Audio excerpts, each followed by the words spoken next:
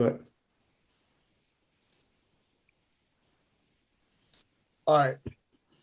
Should be going live in any second. I'm going to send y'all the link real quick. Here we is.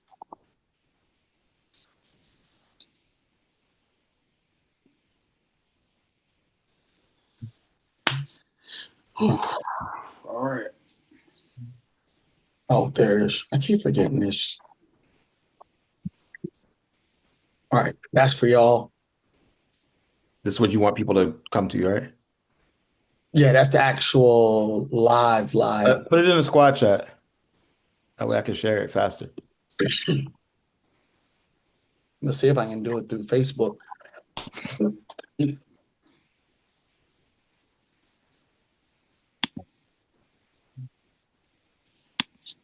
Oh, okay. There we go. That's how we do it.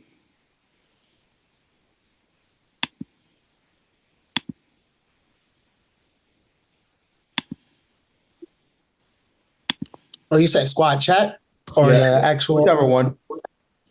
All right, cool. I'll share it now. Oh my. All right, let me go ahead and get this recording started so we can get started. Ooh. Let's do it. Let's do this. All right, YouTube started, record. All right. All right. Every game, every era, every fan. You are listening to the Squad Sportscast. 4 brothers, 1 mic, all sports. We'd like to thank you all for your likes, your views, your subscriptions to help make our last episode a great success. Just got to let it be known. We're going to recap. We got Browns fans coming from the woodworks to come and tell me about my take on the Cleveland Browns, about deleting them from, not fully deleting them, but partially resetting their entire team. We also had, just to let it be known, y'all still getting sent to the shout around. I don't care. I'm going to send y'all to the shout around every time. Now, we had Bills fans that thought they were cooking in the defense of their savior, Josh Allen. It ain't worked out for them. And last but not least, I promised I'd show this to y'all. This bad boy came in today. You know I got to flex out here. 1 of 2. Hey, Mike, I see you out there. You looking a little disappointed out there, Mike. Whatever. Whatever. Don't look too disappointed out there. Hey, this thing look good on me. Don't worry. You're looking Don't worry. It's going to stay here. Don't worry. It's staying right here with you. Hey, say what you want. The champ. Oh, wait. Nope. Gotta do it right. The champ is here. Acknowledge me. All right. Whatever. Now that we got that showboating out the way, before we really get started, it's one of our podcasters, Mar's birthday yesterday, so we want to go ahead and give a shout out to the king. Happy birthday to Marv out there. We really hope for many, many more. Slightly more important, actually all the way much more important about yesterday. Yesterday, we celebrate the life, the legacy, and the courage of Dr. Martin Luther King, to whom without America would not be as tolerant as they are today for African Americans and other ethnicities and cultures. We take a moment of silence right now to reflect on the impact that Dr. King had during his time here.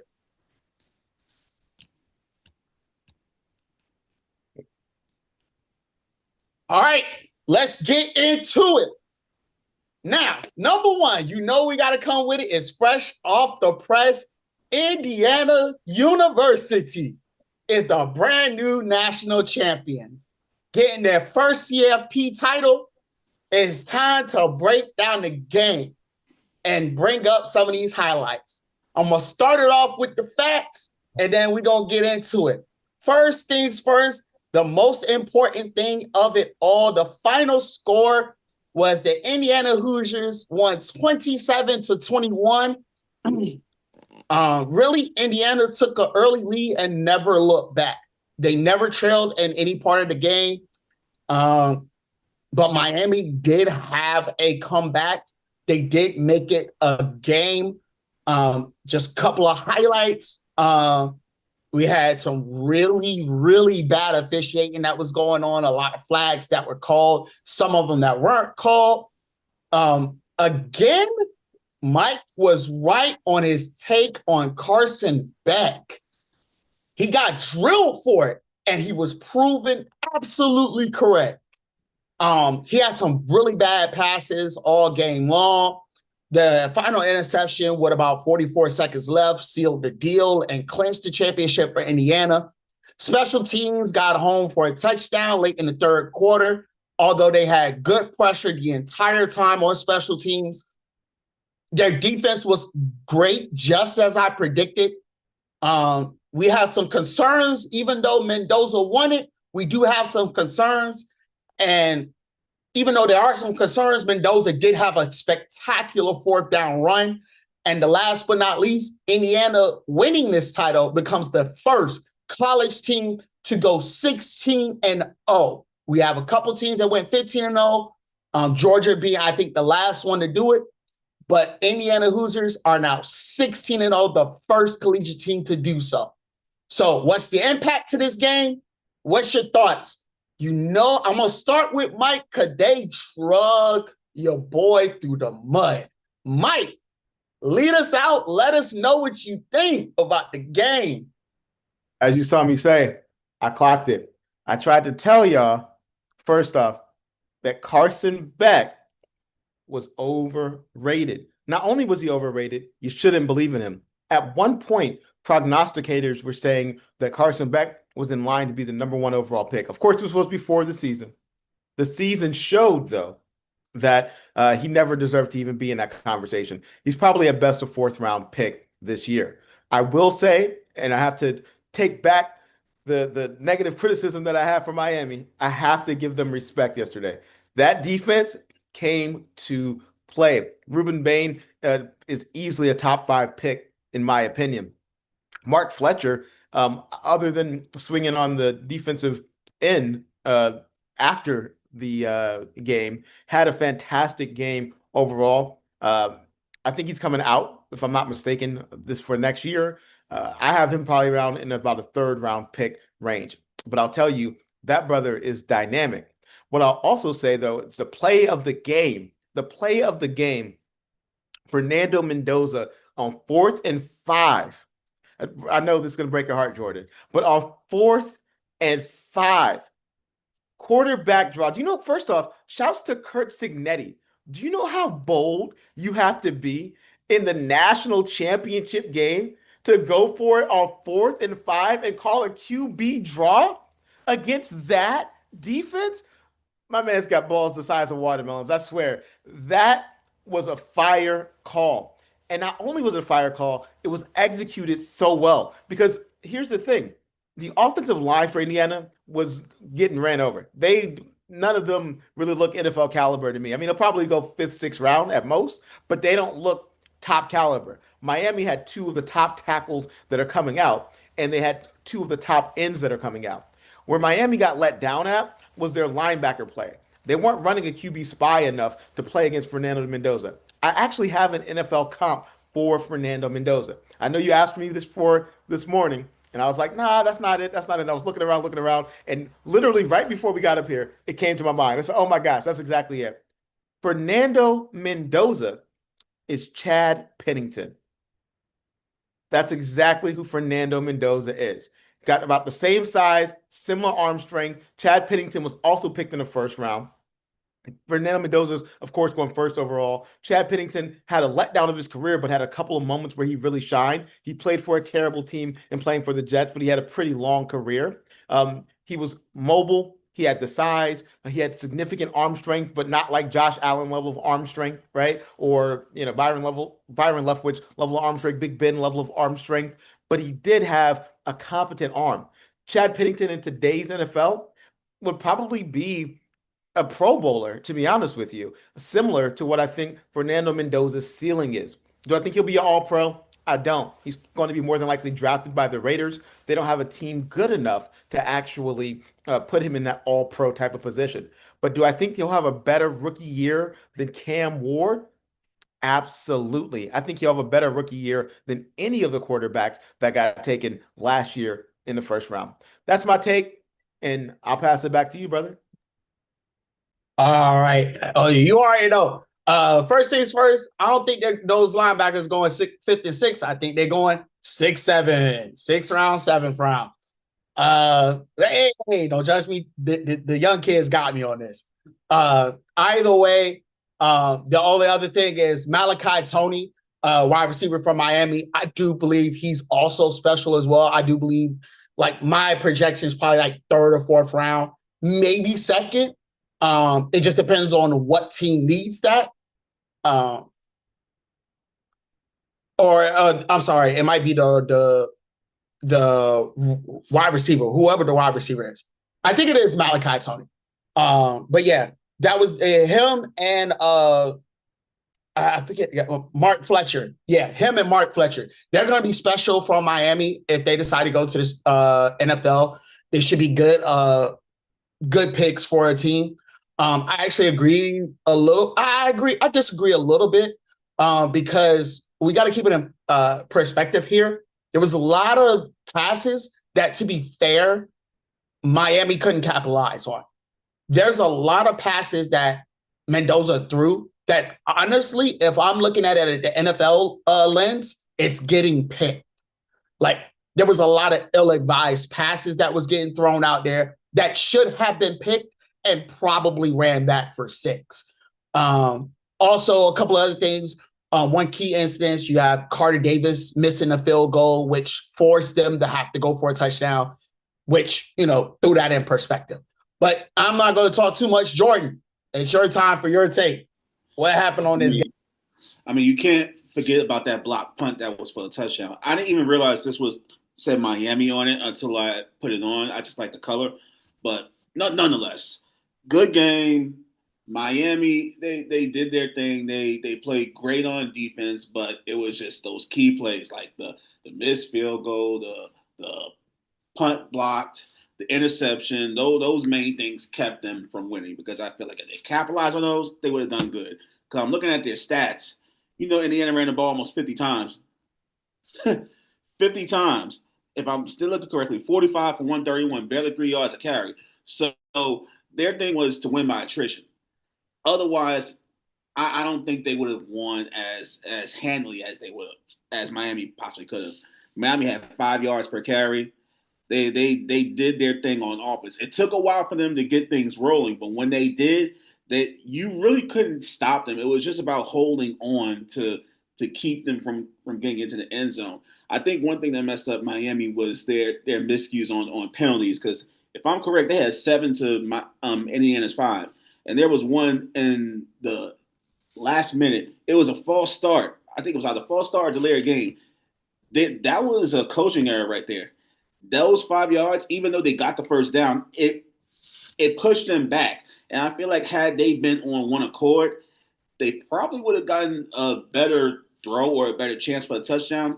And Carson Beck, you got to do better, man. Threw that interception, but there was wide open space. There was real estate. If you had just snuck out and went to the left, you could have gotten at least 5 to 10 yards, went out of bounds, gave yourself 2 more chances to at least get to the first down. When it comes to 2-minute drills like that, the key is to make sure you pick it apart piece by piece. You don't usually go for the gusto unless it's like 20 seconds or less left. You got to give yourself a chance when you have a minute left. Time is on your side, regardless of what you think. Time will always be on your side. You just have to be wise and be mindful. But then again, I'm just an armchair QB at this point. I'm not a football player. I haven't laced up cleats. So I leave that to them. But that's just my opinion. Good job, Indiana. Mendoza, you say Chad Pennington. I say Gardner Minshew. That could be debated. But they did good. I still think it's going to be a one-off. We're going to probably talk about this later. But I think Indiana is going to be a one-off. Miami's going to probably be back at least in the Final Four. Well, we'll see.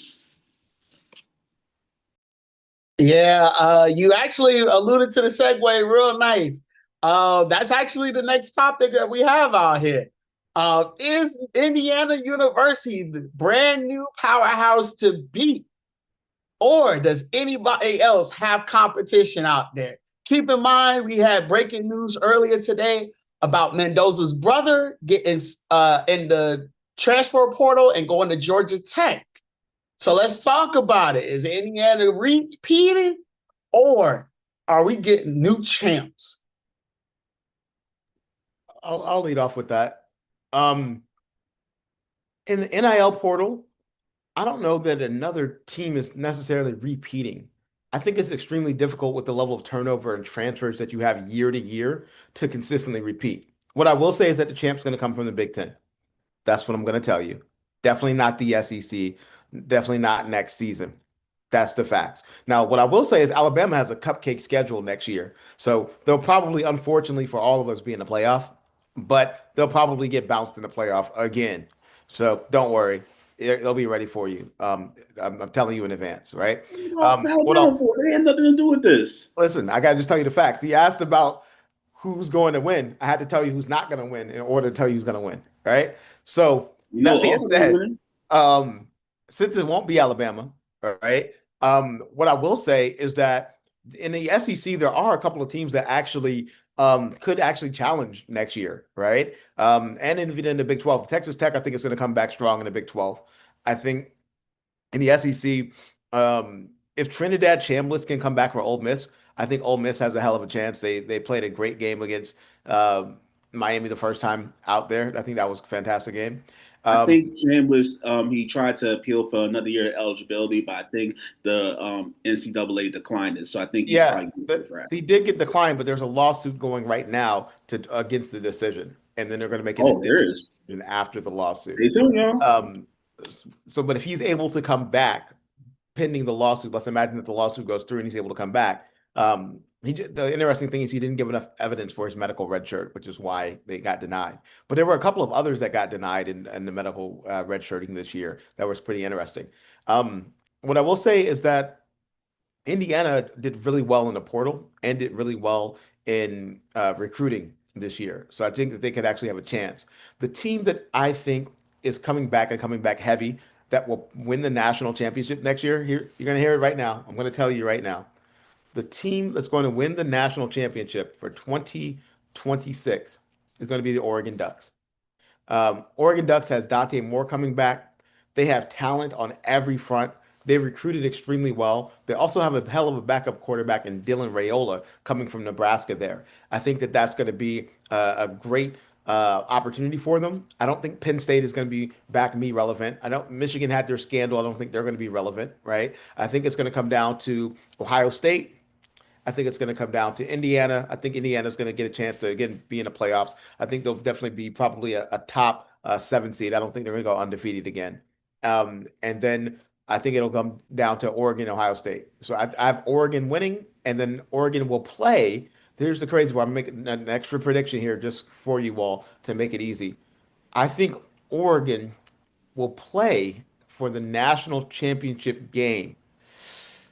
That's a really good question. I'm going to go with Notre Dame, and I have Oregon beating Notre Dame for the finals. Mind you, I'm predicting a year in advance. None of this will probably actually happen, but in the off chance that it does, I want to tell you that you heard it here first, Squad Sportcast. But I have a question. Who's going to be the quarterback that starts? Because you mentioned both Moore and Raiola. Dante Moore starting. Raiola is going to redshirt. That's already the plan. Oh. How many more years is he going to redshirt? It's all on right. you, Jordan. Yeah, it's on you, player. Let us know. I mean, hey, I don't think Indiana is really going to be back. I think this was a one-off. They didn't have any 5-star recruits that came in. They had a bunch of 4-stars. I think Miami had the least amount of 5-star recruits that were there.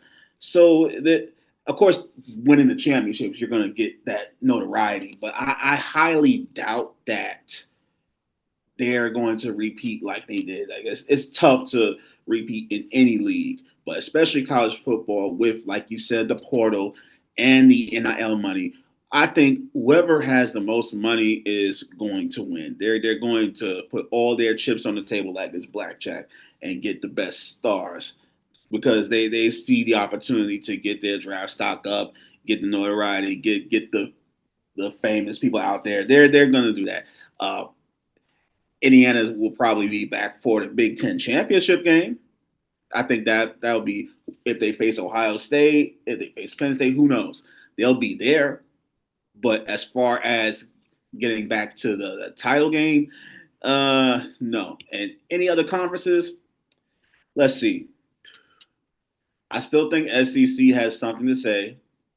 Um, I'm a Roll Tide guy, so yeah, I'm gonna stick by them. I know A&M probably has something to say after getting humiliated by Miami. Wait. Quick question. Is your take that Alabama is winning the national championship next year?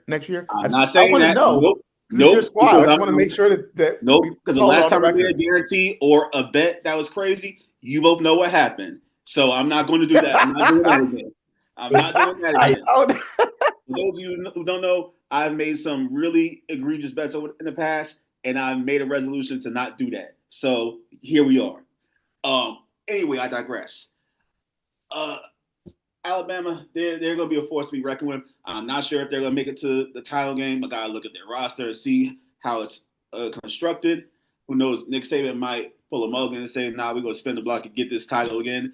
Go for number 7 or number 8, whichever one he has, and be there when we're there." But as far as right now, I don't know. But I know Indiana's not doing it. Listen, fellas, we all got to sit here. We talk about Indiana not making it.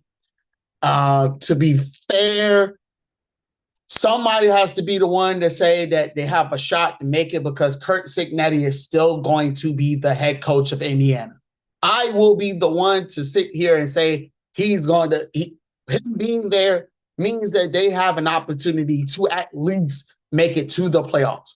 Whether or not they're going to actually repeat, I don't know. But some teams, the notable teams, I think, have a chance to return. Georgia having a chance to return. Notre Dame getting their actual bid into the dance. I don't have Alabama going in. I'm going to be fair. I'm sorry, Jordan. It is what it is. I don't have Alabama getting in, even though they have a cupcake schedule. Get to a conference first before they get to a title or any playoff game. Get into a conference first. That's their biggest problem. But here's the thing. Here's the thing that we have. There's two big things in the college landscape. We have NIL, and then you have the whole landscape of it. It's the whole: do I go into conference or do I go solo? And to be fair, like if your football program is good and you get wins, you don't have to be in a conference for it. Like, but the problem is you have one small little blunder. Just get wins. Hey, one small little blunder, and they're gonna be complaining to the league again about, oh, I didn't get in. They're gonna say get in a conference first, and then we'll talk. That's been everybody's gripe with Notre Dame. I don't care what your TV deals look like. Y'all could get the money somewhere else. Get into a conference and then talk to me. For the record, Jordan usually, I'm not usually agree with Jordan's takes, but that take right there, I agree with because Notre Dame did not get into the college football playoff because they weren't in a conference. Had they been in a conference, they would have honestly probably got the leg up over Miami, even though they lost the head to head, just because of their strength of schedule and would have came into effect. For example, had they been a part of the Big 12, right, they would have more than likely been in this past year. I definitely think they need to join a conference. The question is which conference, though, is going to fit them. Because if they join the SEC, I mean, although they'll probably run through teams like Alabama, right? They would probably lose to a team like Texas A&M, right? Who's actually, I think, favored between, I think it should be Texas A&M or Georgia favored to win the SEC this year. Although, again, Alabama's a cupcake schedule, so it may be them. But I think Notre Dame in the SEC is probably a top 3 team. In the Big Ten, I think Notre Dame is a top 4 team. In the Big 12, I say Notre Dame is a top 2 team. In the ACC, I say Notre Dame is the top 2 team. I mean, if in a Pac-12, if the Pac-12 exists, the Pac-10 or Pac 1.5, I don't know how many teams they have at this point. But I will say in that conference, they'd probably be the number one seed. So that's what it really comes down to. They need to join a conference. And also they need to improve their strength of schedule. Like I told you guys last week, I'm tired of teams scheduling cupcake opponents because that doesn't help anybody to scale, or it doesn't help the committee to make any decisions. Well, here's the controversial take, though. And well, here's my controversial take when we come to talk about college, the CFP. You made the mention of Notre Dame not getting in because they're in conferences. But isn't that partially why we got rid of the FBS selection crew? Because it was biased towards certain conferences versus others. So that's why I'm saying, like, at the end of the day, like if you're scheduling games and you're scheduling ranked games at that, say like strength of schedule, if you have a decent strength of schedule and you're getting the wins that you're supposed to be getting, and you're winning the games you're supposed to, and if you take a loss, you're losing to, like, say you lose to Georgia, but you lose by 3. Like stuff like that should be what's being weighed instead of actually, hey, you're not in a conference. We don't trust you. You can't get in. Because we're looking at Notre Dame. They went, was it 15-0? I mean, it was 11, like 12 or 13-0. I have to fact check it. But if they were undefeated, we shouldn't be overlooking this, especially because they played ranked teams and they got the wins that they needed to get. So the question of the year is, are we really saying that they're being excluded? And I'm sorry, they lost 2 games. Like, are they really being excluded because they're in a conference, or is it something else? Because if we're saying that they're being in a conference, isn't it the same thing like being the FBS bowl committee? That's just my take on it. Yeah, I mean, I just think it's the conference. Like once they change it and get into a conference, they will get more respect, not just from the committee, but from all the conferences. They're like, finally, you joined the party. You respect us enough to not beg to get yourselves in, because that's what they pretty much did. They're begging. That's like a guarantee. If you get at least 13, 14, or 15 wins, you're guaranteed a spot. Like, who else you know is guaranteed a spot? I know Alabama wasn't guaranteed a spot, even though they went 10-3. Because other teams wet the bed, we got in at the 9th spot. But I can assure you that, God forbid they lose, everybody's gonna be laughing at Notre Dame. All right. Well, we're going to leave that for later talk. We'll be coming back to this topic probably sometime later on. It is time to move on to the big leagues. Right now, boasting 3-1 records. You got myself and Mike calling out 3 games and missing on 1. Mike missing out on the Buffalo-Denver game, and myself missing out on the Rams-Bears game.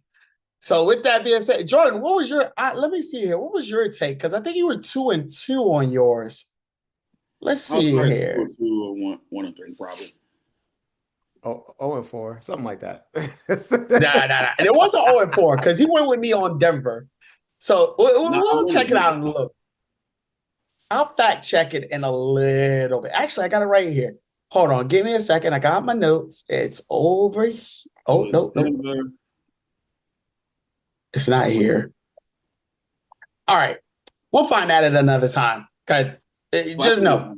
3, probably. But let's recap the divisional rounds. Coming in, of course, I've already made the allusion to it. Josh Allen and the Bills are out.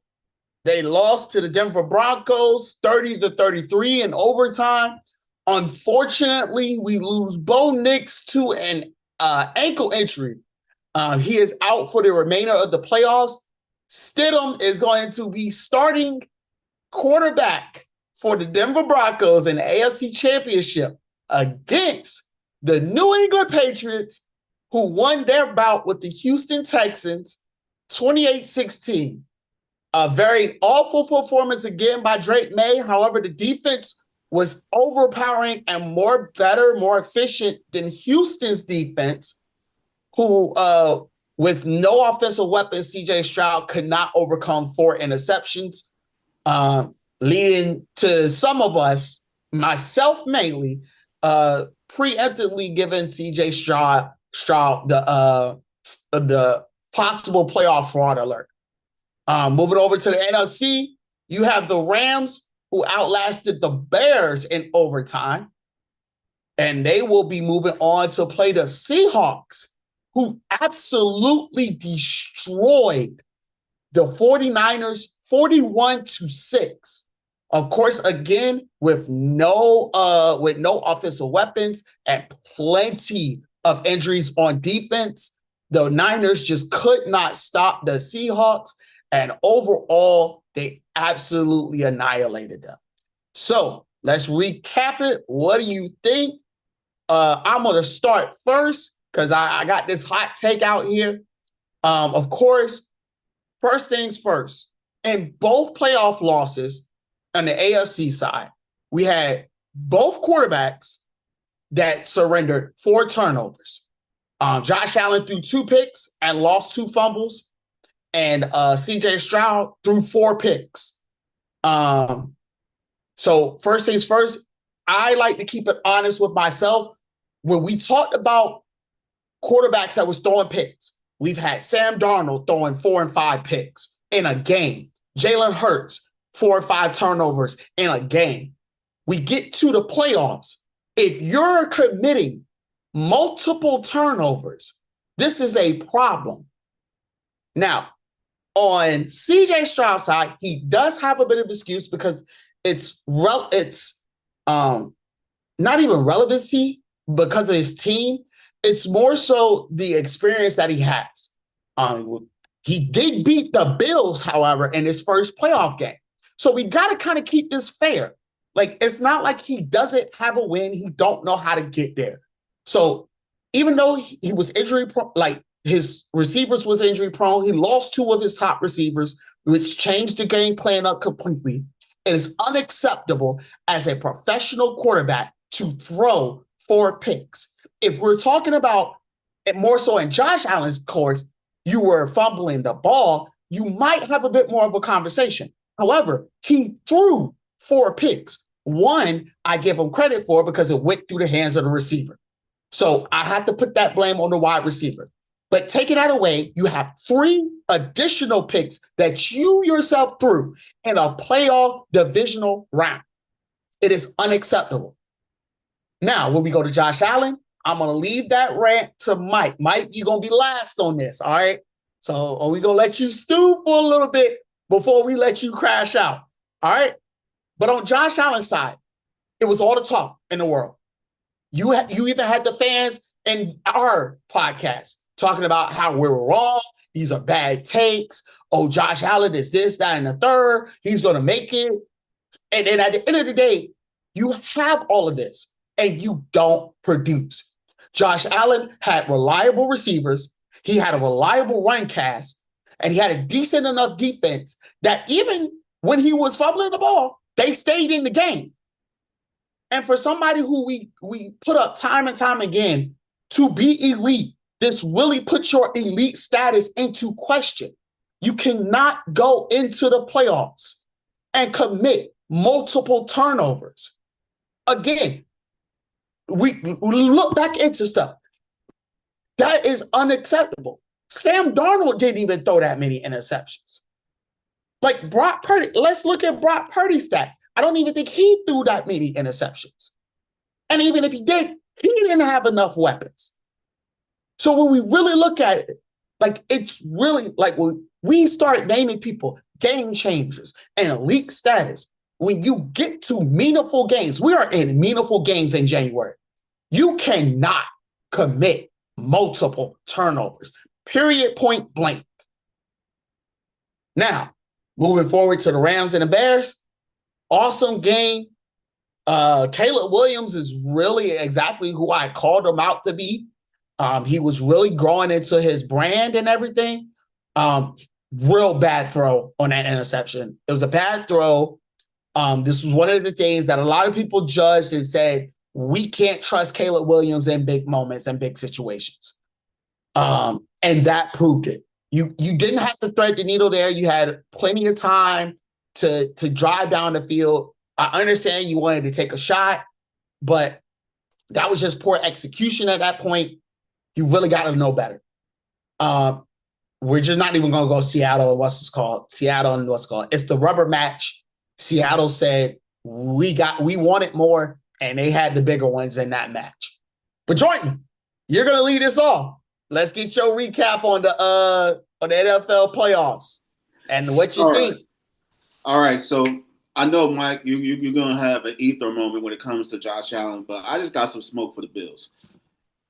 You look at their season; it was predicated on one player and one player only, James Cook. He was the glue that kept that offense going. If you look at all of their wins, he was running. He was running. And why did they go away from it? Because they wanted to feed the ego. That's Josh Allen. They wanted to make him that GOAT. You had Jim Nantz and Tony Romo glazing him all game long, and then I'm sorry. For the life of me, and fans for watching it, thank you to all the people that are watching, by the way. You saw this in the first half. He was going, it was about 10 seconds in the second half, in the first half, scrambling for a first down. He's so reckless with the ball. And this happened in his rookie season. I always kept on talking about this. He does not know how to secure the ball in his hands. And the team, opponent just spiked it out of his hand. That was a fumble. And Denver got 3 points out of it.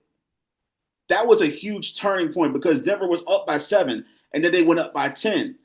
He always likes playing from behind, from a deficit, and then trying to find a way to come back to prove his greatness. But he keeps on shooting himself in the foot by doing that. Because what if one play goes wrong? Like, for example, that Jaquan McMillan interception, when they kept on debating whether it was a catch or not. I mean, the refs have to take a trip to Cancun with other teams to figure out what is a catch. But nonetheless, that was a beautiful interception. But he loves making these reckless plays, which is what cost Sean McDermott his job. And mind you, no Patrick Mahomes, no Lamar Jackson, no Joe Burrow. And I'll say this because it's a shameless Eagles plug, no Jalen Hurts. None of these quarterbacks that were apparently in your way, that was your Achilles heel to get to that Super Bowl, you had a clean path akin to NBA-wise Kevin Durant and the Brooklyn Nets in 2021. Yes, they had that route, but who did they get beat by? The Bucks. But who did the Bills get beat by? The Broncos. It just seems as if Josh Allen, as good as he is, he's also their weakness. Now, let's just talk about the Bears. I like Caleb Williams. I like his style. It's a bit Patrick Mahomes-esque. Like, he's a big body. He could scramble. He could throw on a dime. He could do all of that. But sometimes he goes back too far. He goes back 15, 20 yards behind the line of scrimmage and just throws up heaves. And I'm just like, bro, are you really thinking that's going to work? It's not always going to work. He was lucky that Cole Kmet was available because what was that guy's name? Loveland, that their tight end. He got injured. Kmet was out just chilling at the pylon, just catching the ball. But he has to get better with his throwing decision. We're not even going to talk about Seattle and San Francisco. That was BTA. Seattle already had the blueprint. And as far as the Texans and the Patriots, I'm just going to say this. It was raining. It was raining. It was raining. It was snow. It was sleet. It was all of that. It was amazing that as much as the Texans turned it over, they were still in the game of possession in the fourth quarter. That should tell you everything about how the Patriots play. And that's why I still think, even with Stid at man in the fort for Denver is still going to win and go to the Super Bowl. Because sorry, KB. But I just think Denver's going to do it. They have the defense. They have a solid core. And I just think even if Stid is a game manager, they could find their way there. We're going to have a very interesting championship weekend. I think No, I'll leave that. I'll leave that for Thursday. I'll leave it for Thursday. Yeah. Don't put your predictions out yet. Those are coming on the next episode. We will discuss all of that on the next episode. But yeah, we've gotten to this point. Mike Good had to be right so much on this episode, but I'm here to let this man loose. Young Mike, the mic is yours. It is.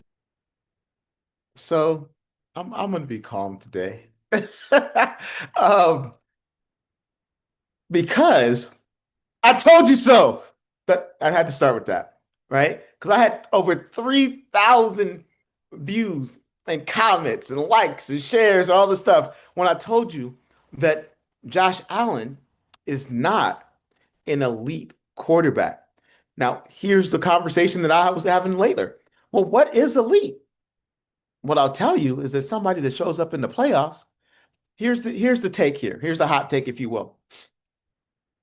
Josh Allen is the James Harden of the NFL. He's extremely talented. MVP level, although he shouldn't have won that year. Probably one of the best players that we've seen from a talent perspective. But is he clutch? No. Does he win in the playoffs? No. Can he beat his rivals? No. So then he's not elite, is what the facts tell us. Similar to James Harden. Puts up the stats, puts up the numbers, right? Is one of the most memorable, most talented players that we've ever seen. But when it matters, when the money is on the line, when the bacon hits the table, when it's time to earn your huge contract that you just signed, what happens? You throw 4 interceptions. Well, I think it was 3 interceptions and a fumble, if I'm not mistaken. Either way, though, he doesn't show up when it matters. You know who did show up when it mattered? Somebody that's not elite, but showed up when it matters. So he'd almost be considered elite. Eli Manning. Because Eli Manning, for the record, not a better quarterback than Josh Allen. That's not the take. More clutch than Josh Allen? Absolutely. Josh Allen reminds me of Phil Simms. He reminds me of the old Bills quarterback that couldn't get over the hump. He reminds me of so many other quarterbacks that were very good. Donovan McNabb, the example I gave before, right? Super, uber talented. I'm talking about this man has perfected his craft until it matters. To me, that takes away any aspect of him being elite. Additionally, when I look at the word elite, I'm comparing him to the all-time greats. Does he deserve to be in the future, be on the Mount Rushmore of the NFL? Absolutely not. I don't care how talented he is. This man has been 8 years in the league. He's made the playoff 6 times and has not won or gone to the Super Bowl not a single time. He had the leading rusher in the NFL, and they said Josh Allen didn't have enough help. He had Dalton Kincaid, who was a second-round tight end, didn't have enough help. He had Keon Coleman, a first-round wide receiver, didn't have enough help.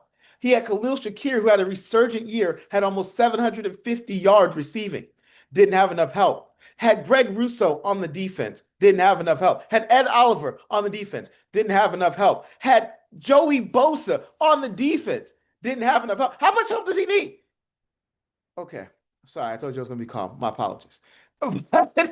What I really need to understand is that in order to officially be elite, he has to prove that he can get past the hump. Now, outside of that, let's talk about the other games. I told you that Matthew Stafford was the man, and I got Matthew Stafford winning it all.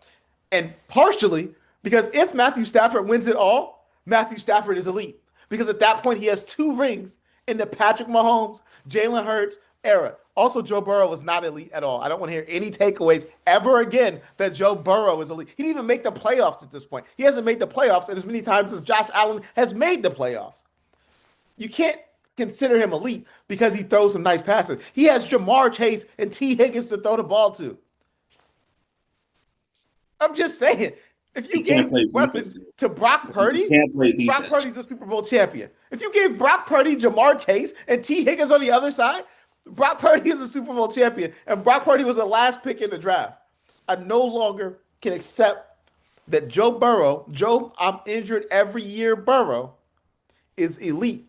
What I'll say is that he has elite talent. Those are two different things. Is the player elite or is the talent elite? He was an elite prospect coming out of LSU, absolutely. But is he an elite player? No, because he doesn't have that same clutch gene. Now, that run that he had in the Super Bowl when they were playing against the Rams, that was an elite run. But his offensive line let him down again. As far as the Rams are concerned, I trust Matthew Stafford. Now, that throw that Caleb Williams made was a hell of a throw. That was one of the best throws I've ever seen in the history of the league. That reminded me of Aaron Rodgers' Hail Mary throw, right? That was just so immaculate. Here's where Caleb Williams reminded me of. Caleb Williams reminds me of Brett Favre. He's got all the talent, but he's got a gunslinger mentality, in which case, when it matters, that lets him down. Now, as far as the Seahawks 49ers, I told you again that was going to happen. I didn't know it was going to be 41-6. I thought it was more so going to be like 28-10, right? But 41-6 is a butt whipping, right? But part of the reason for that was because Brock Purdy had all of his weapons injured and his entire defense injured on top of that. He didn't have George Kittle. He didn't have Nick Bosa. He didn't have Fred Warner. He didn't have Brandon Ayuk. He didn't even have Ricky Pearsall in the game. Who was he throwing the ball to? Jake Tonges? Anybody would have lost 41-6 throwing the ball to Jake Tonges. No disrespect to Jake Tonges. He's a good third string tight end, even though he plays second string tight end. Now, what I will say is that I was wrong. I'm slightly saying this. I'm saying this and slightly wanting to bite something at the same time. I was temporarily wrong about Bo Nix. I hate Bo Nix. I don't trust Bo Nix. I still, to this day, don't trust Bo Nix. He didn't play a great game, to be honest with you, right? But what he did do is he made some clutch passes. The Patriots having the easiest path to the Super Bowl in the history of mankind is diabolical in 2026, okay? They went against the Texans with no receivers, the Chargers with no offensive line. Now they're going against the Broncos with no quarterback. And then they had the easiest schedule ever in the NFL. They're bound to be in the Super Bowl. I don't think Jared Stidham has a chance. I'm sorry, Jordan. I don't think he has a chance. The Patriots, what they might call it, he has a snowball's chance in hell. That's You know, literally his Spygate. chance, right? Don't get me wrong. There's been a couple of backup quarterbacks that have won. Nick Foles comes to mind, right? Tom Brady comes to mind. But it's the reason that they're backups. I think this man has started 4 games in his career. And you want him to go against a team that just forced 6 turnovers. I don't think it's going to turn out well. And they don't have a stout run game to lean on. They also, when you look at the Broncos, especially with no Bo Nix, they're not impressive, to be honest with you. So Super Bowl is going to be interesting. We can do predictions next week. That's fine. I'm trying to think if I'm missing a game. A Texans game, right? Went over the Bills game. We went over the Rams game. I went over the 49ers game. That's all the games. But at the end of the day, my takeaway is still the same. You can't spell elite and put Josh Allen in there. 2 things cannot exist. But I'll pass it back to you, Nick. All right. Well, you heard it here. Here's the whole thing, the whole topic of it. I had to save for later on, but I'm going to post this question now. And it's a would you rather? Would you rather have a game manager or a game changer? Because here's the thing. Most of the league has been game managers. It's been quarterbacks. You've been expected not to lose the games, and they don't. Your game changers, they're not making it to the Super Bowl. Let's be fair here. Let's be fair. Outside of Patrick Mahomes himself, when we talk about all these game changers, And this is why I have tasked Jalen Hurts as a game manager, because outside of these game changers, they're not making it. Jalen Hurts was a game manager. Your objective was not to lose the game. When he played against Kansas City, his objective was not to lose the game. And part one and round one, he lost. Because why? He fumbled the ball, and it was a 14-point swing. In game two, he learned from that mistake and was throwing dimes all over the place. Game manage. Say what you want to, Philly fans. Y'all gonna hate me for this. It is what it is. But I'd rather have a game manager with a Super Bowl ring than a game changer without any. I already told and I'm you talking he's a game changer, but that's just. I'm not talking. That's fine, but I'm talking about all these Josh Allen fans. Oh, he's a game changer. He ain't got no rings. Lamar Jackson, he a game changer. But guess what? He ain't got no rings. Guess what? Joe Burrow, game changer. But guess what? Ain't got no rings. None of them. You know who's going to have one? All these game managers that's out here. The only exception, if Matt Stafford wins it, Matt Stafford is a game changer. Because when it came down to it, Matt Stafford won. You can check it during his history at Stanford, when he was with the Detroit Lions, and now when they immediately moved him over to Los Angeles, he won a ring. So let's go ahead and wrap this up. That was just my spill on game changer versus game manager. I just don't want, I got a little off topic there. It is what it is. We are moving on to the next topic. We got the updated coaching carousel. This thing is moving and moving, ladies and gentlemen. All right. I do have the updated list of the coaches and the vacancies that are out here. Since our last episode, Sean McDermott has found the door for the Buffalo Bills. He is out of there. Dismissed after that loss against Denver. Kevin Stefanski is the new head coach of the Atlanta Falcons, which is going to be great for the NFL because guess what? He now has to face Baker Mayfield twice a year. Of course, and Baker wants to smoke. Oh, he definitely does. It's earned. Green Bay definitely extended Matt LaFleur. Dan Campbell is retained from the Detroit Lions. Jeff Hafley is the new Miami Dolphins head coach. Of course, John Harbaugh is the head coach of the New York Giants. And Robert Saleh is the head coach of the Tennessee Titans. So, give me your takes, fellas. What you like right now, what you don't like, and then keep in mind we still have vacancies in Pittsburgh, Las Vegas Raiders, the number one pick, Cleveland Browns, Buffalo Bills, the Ravens, and the Cardinals. What do you think? Let me know your thoughts. Mike, actually, Jordan, I'll lead you off again. Jordan, go ahead and let us know what you think about the move so far. Well, poor Cam Ward. You need somebody that's good on offense, and you give him a defensive-minded coach. It's the same thing that happened when he was on the Jets. I mean, when they had Aaron Rodgers. It's the same thing. I don't know. I think Saleh just wanted the money. He saw a money grab when it came to the 49ers, helped them on defense, get back in the head coaching seat, and then, okay, boom, we're going to do this all over again. I truly hope they know what they're doing in Tennessee. As far as the Giants, I mean, okay, John Harbaugh, fine. I don't trust anybody with the last name Harbaugh, but they have something good going on in there with Scat Pack and Dart. So I think they'll get people in the seats and they'll do fine. With Stefanski, I had to take back a couple of things I said. So I initially thought that it was his fault with the Shedeur Sanders situation. Yeah, it wasn't. Sorry, Coach Stefanski. It was not your fault. The Cleveland's front office, they suck. So that's the reason all that happened. Otherwise, he was a decent coach. I mean, even though Baker Mayfield, he's gonna going to destroy them when they see them. I think they'll do fine with Penix and Cousins when it comes to like rotations and team. They'll be a good team to beat. They'll probably get 10 wins and win the division for the first time in a while.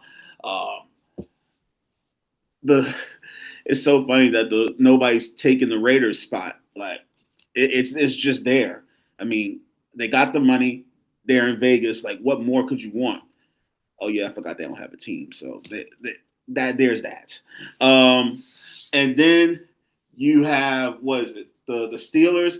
That's the more interesting take though, because the Steelers, Aaron Rodgers is not coming back, so they don't have a quarterback. I mean, unless they're going to get Malik Willis and pay him some good bread.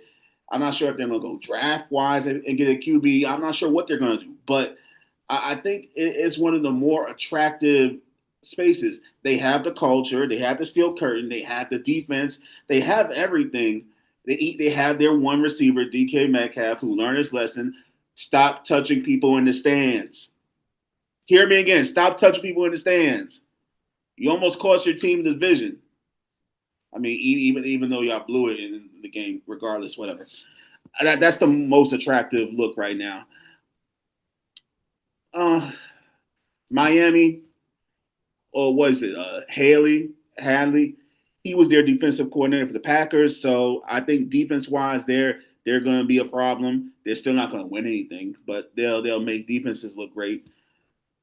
Other than that, the best thing in my opinion was the Stefanski one. He'll be respectable, but he'll still lose to Tampa Bay every single time he touches them. Well, here's what I'll say, right? Couple of things here. I think Salah to the Titans is interesting because they needed a grown up in the room, not because Salah is the right fit per se. It's honestly going to come down to who he gets as his offensive coordinator. Now, if he gets Mike McDaniels as his offensive coordinator, the Titans will make some noise next year. If he gets Doug Peterson as his offensive coordinator, the Titans will make some noise next year. If he gets Clint Kubiak as his offensive coordinator, who wouldn't come there, but if he did, they would make some noise next year. Um, what I'll say as well is that the interesting thing to me is that John Harbaugh to the Giants, I think is a huge boon for the Giants. It gives them legitimacy in a way that they haven't had since quite a while. The previous coach that they fired, who should be in the Hall of Fame, I can't remember his names at the moment. Tom Coughlin. Yeah, Tom Coughlin. Yeah, they've been cursed since him. We know that, right? Similar to like the Bam curse of the Bambino type of level. Like he just put a hex on them. What I will say is that with Jackson Dart coming back, Cam Scatterboo, Malik Neighbors, they have a pick in the top five. It's an exciting team for next year. They need to get a couple of things right. I think that they're stout on defense. Do not draft another defensive end. Do you hear me say it out loud? Giants, do not draft another defensive end. You now have Abdul Carter, you have Kayvon Thibodeau, you have Brian Burns. You are stout at the defensive line. You need to draft another position to get a position correct. Probably on the other side of the football, the offensive line, because Evan Neal's been subpar, and you guys had some terrible examples there with Eric Flowers and a couple of other ones that just haven't really panned out. Evan Neal's actually been okay, but they're not stout on the offensive line. If I'm them, I would probably be drafting a wide receiver. Falcons getting Stefanski. I'm not a fan of Stefanski, but he is a two-time coach of the year. Um, what I think is that Raheem Morris had problems with game management as far as time management in a game. I don't think Stefanski is going to run into that issue per se. What I do think is he's going to make some bonehead personnel decisions, like, for example, starting Kirk Cousins over Michael Penix. That's just the type of thing that Kevin Stefanski would probably do, right? Um, He's probably also going to get, I don't want to say this out loud, jinx and knocking on wood because I have them on my fantasy team, but he'll probably get Bajan and Robinson injured. That's just the type of thing that Kevin Stefanski Please don't does. let that happen. I'm, Please. I'm, I'm hopeful as well that that's not the case, right? And I do know that Penix's injury won't start week 1. I got that part.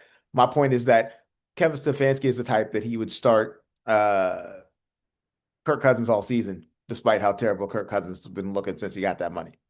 He'll play Another all thing year is over that Robinson. you don't know that Aaron Rodgers is not coming back. Let's not put that out there, Ricky Bobby. Okay, don't you do that to me. All right, he might come back. There's still hope that he's coming back for his 999th season. Okay, there's still hope. What I will say is that the Steelers have more problems than just quarterback. We don't have a wide receiver two. We don't have a cornerback two. Our offensive line is young, working on being great. Um, but right now we're reliant upon 3 tight ends and a wide receiver who's a head case. Let's call a spade, right? So we need an offensive minded coach in the room. Again, I like Clint Kubiak or I like Brian Flores as the 2 main options for the Steelers. I will be very, very upset if we hire Mike McCarthy. I think Mike McCarthy is crap. He is not the pick. The reason that I say that as well, it doesn't fit the Steelers' mantra. We usually go for young quarterbacks. I'm not quarterbacks, young coaches that can develop over time because we're not the type of team that fires somebody. Mike McCarthy, Sean McDermott would immediately be out as a result because they're over 60 and they have gray hair. And if they're not over 60, they look over 60. So I don't think that either one of them is going to be a fit there. Um, I'll also say that I like the job that's most interesting to me is the Bills job. I think that they need to get a heavy hitter in there that's gonna do some damage, right? Um, Kirk Signetti would have been perfect for the Bills. But that's just a couple of things there. Cardinals have no idea who they're going to go with. To be honest, that they're probably not going to be relevant either way. But that's just someone takes a hat on the coach carousel. Go ahead, Nick. It's all you. Just got some breaking news. It looks like the former Dolphins, Mike McDaniels, is expected to become the Chargers offensive coordinator, barring a change of heart. This is as far as a few minutes ago, about an hour ago, looks like. Yeah, about a half an hour ago to a half an hour to an hour ago. So it looks like Mike McDaniels might be getting off the table in a little bit. So unless one of the teams kind of changes heart, looks like he's going to the Chargers. All right. Two things. They're still going to lose because they have a Harbaugh as their coach. I do not trust anybody with the name Harbaugh as a coach. I have seen the Chargers way too much to know that they make mistakes. They kill themselves when it comes to success. So until quick question: did you trust the Harbaugh when Michigan won the national championship and the SEC didn't win? My bad. My bad. Go ahead. Sorry. because they beat Alabama, that's why you said that. That like we're not gonna let that stray just go past. I saw that coming. But anyway, McDaniel, you could have went to the Steelers. You could have went anywhere else, but the Chargers. I mean, I understand they got sun, they got heat there. I mean, fine, okay, fine. You want to do that? I heard through the grapevine that possibly Joe Brady is going to go possibly to the Ravens. So that's a potential thing. Run the ball. Hey, Ravens, if you pick them, run the ball. You have Lamar Jackson and Derrick Henry. I should see at least 35 to 40 runs per game this upcoming season for the Ravens. Yes. I need them to start running the ball more. Bro, you know Derrick Henry is like 30, 33? He's still You trying to kill that man out He's there. still the best conditioned running back in the league. You are trying to effectively kill that man. I'm saying best condition running. Wait, time out. Jordan's hot take of the day. Derrick Henry is the best conditioned running back in the NFL right now. Over Jahmyr Gibbs. Oh, wait. Let's do a better question. You know me, I got to change up the question. Who is the best running back in the NFL right now? I said best condition. I got that part, but I Best figured I'd ask for conditioning clarity and skill. for the people out there. Who was the best running back in the NFL right now, Jordan? I could be biased and say Saquon, but I'm not. I'm going to say Bijan Robinson.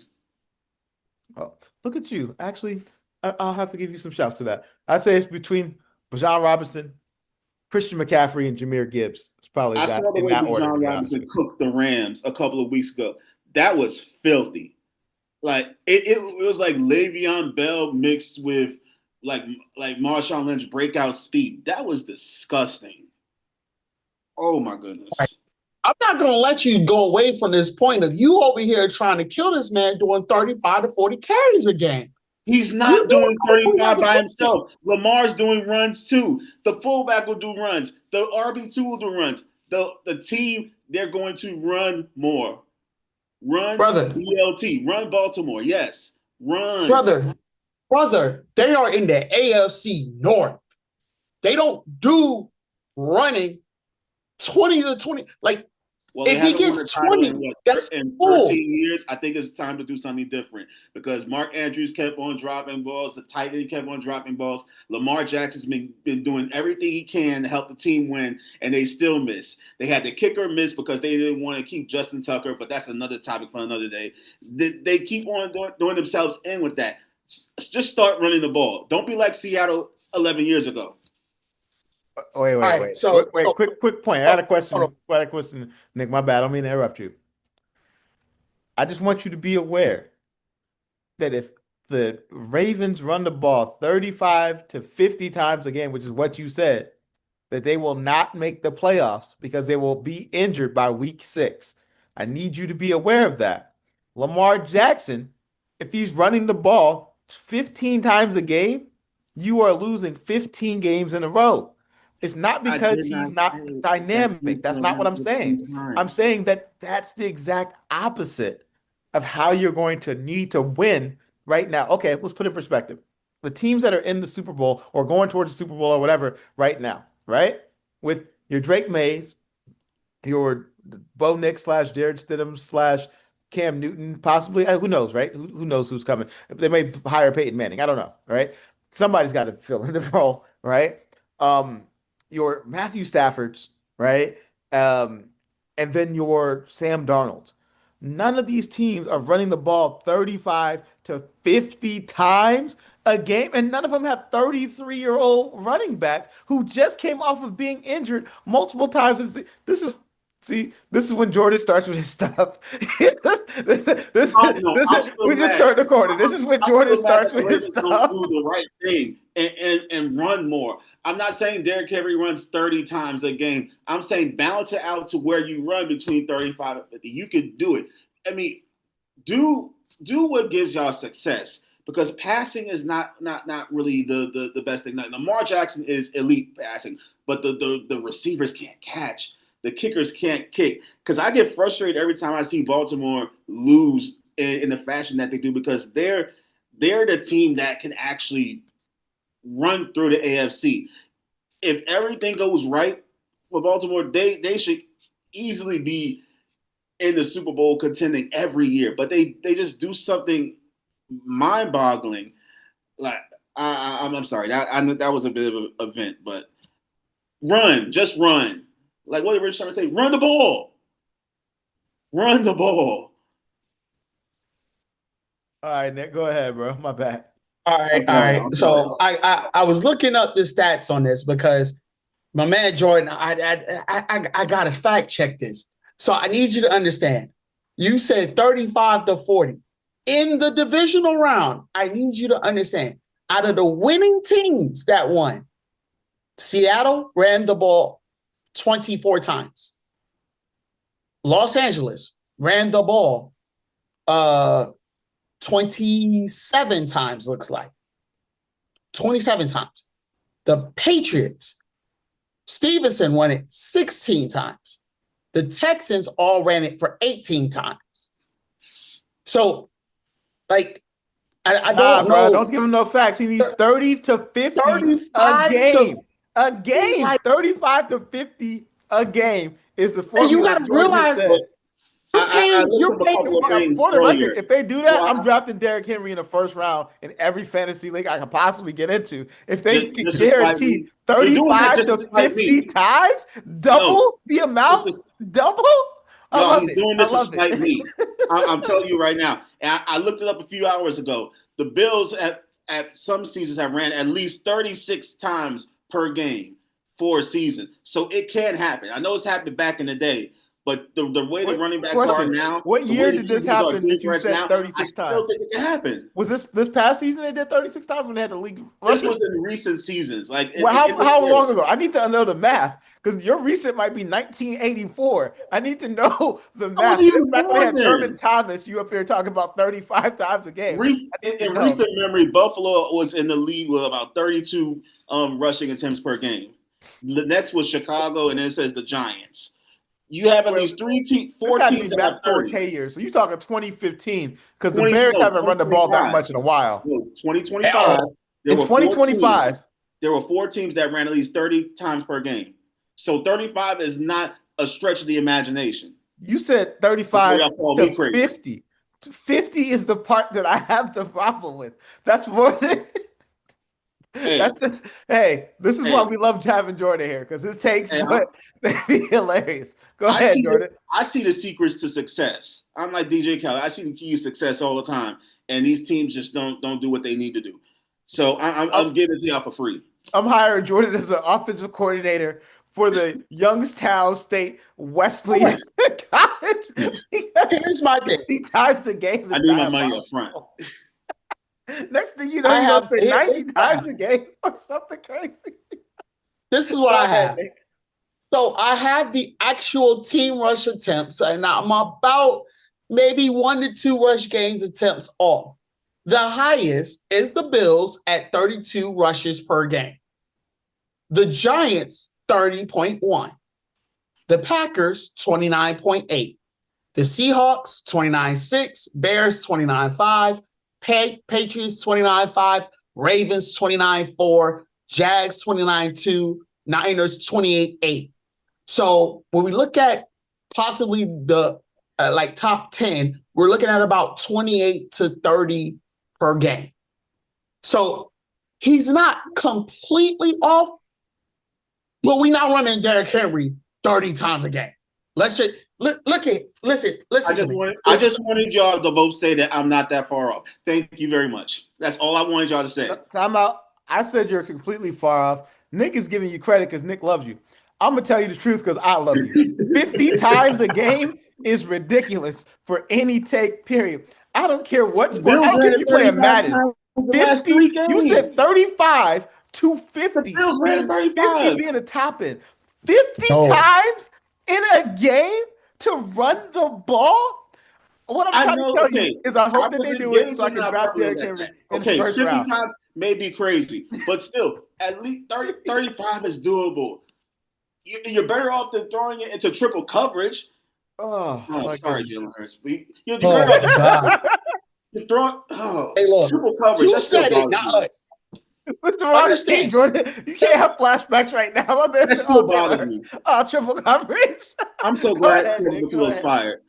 Y'all, I have these moments where I just go on a tangent and I vent because I'm frustrated at certain teams. Yes, Kevin Patullo, I'm glad you're gone.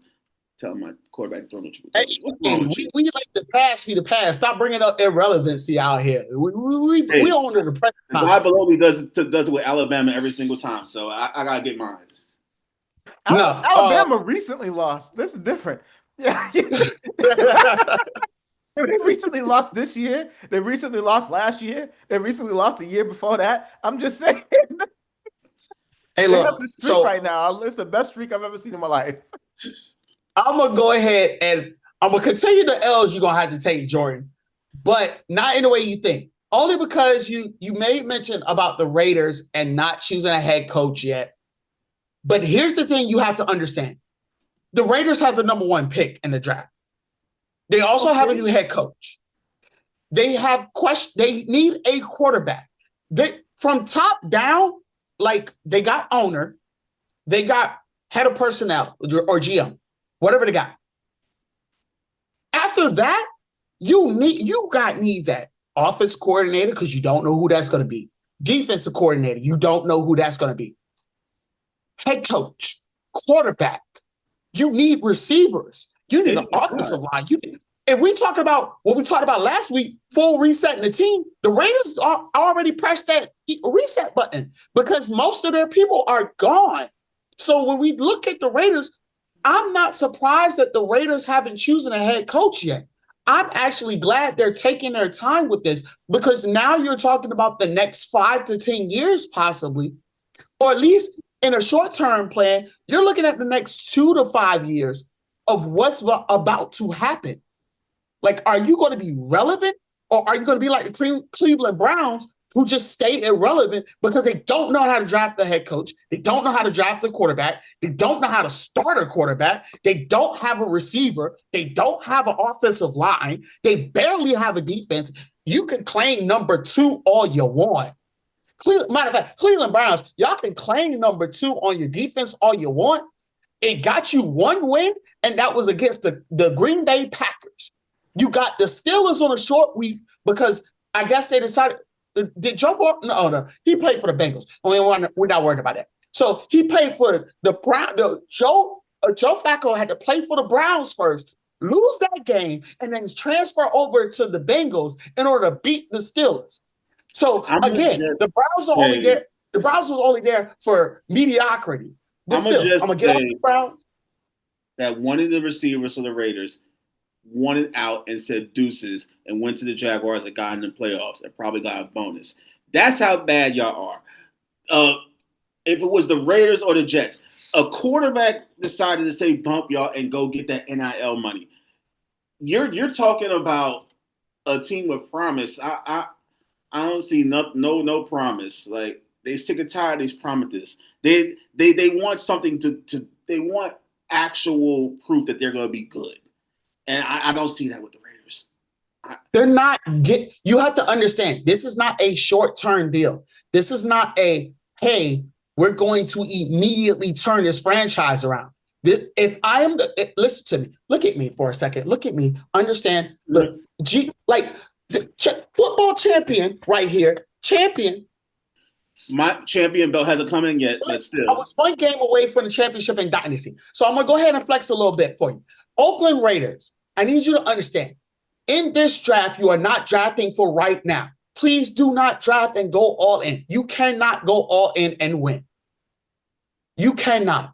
You need to set up your pieces so that way, in the next 3 to 5 years, you are relevant.